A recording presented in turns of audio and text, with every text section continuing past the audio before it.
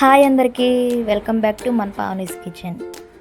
కొత్తగా నా వీడియో చూస్తున్న వాళ్ళు నా ఛానల్ని సబ్స్క్రైబ్ చేసుకొని లైక్ చేసుకోండి.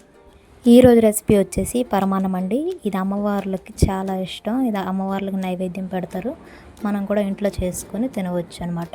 ఇంకా ప్రాసెస్లోకి వస్తే ముందుగా బియ్యాన్ని కడిగేసి నీటిలో నానబెట్టుకోవాలన్నమాట.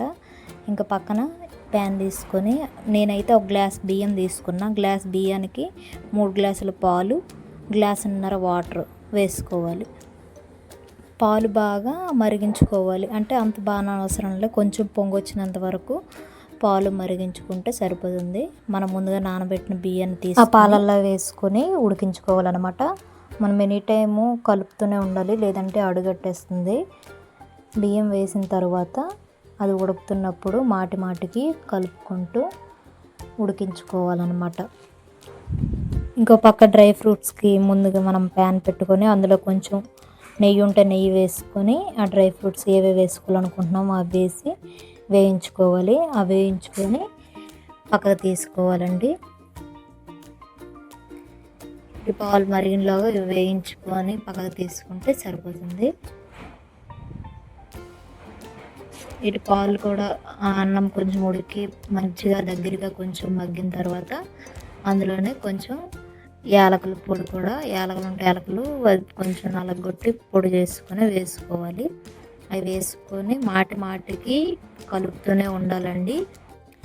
అన్నం బాగా కొంచెం మెత్తబడిన తర్వాత నేనైతే నాకు పంచదార అంటే ఇష్టం, కానీ కొంచెం కలర్ కోసమని బెల్లాన్ని కూడా కొంచెం యాడ్ చేస్తున్నా. బెల్లం కొంచెం, పంచదార కొంచెం వేసుకుంటున్నాను అనమాట.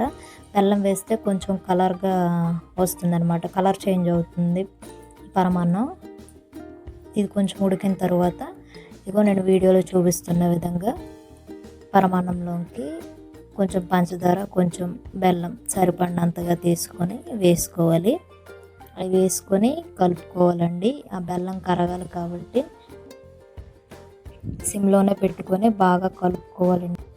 ఇంకా మొత్తం ఉడికిపోయిన తర్వాత మనం ముందుగా పక్కన వేపి పెట్టుకున్న డ్రై ఫ్రూట్స్ ఉన్నాయి కదండి, వాటిని కూడా వేసుకొని కలిపేసుకుంటే సరిపోతుందండి. ఇంకా స్టవ్ ఆఫ్ చేస్తే ఇంకా అదే దగ్గరగా అయిపోతుంది. ఇంకా పూర్తిగా వాటర్ మొత్తం పాలు మొత్తం ఇంకినంత వరకు ఉంచిన అవసరం లేదు.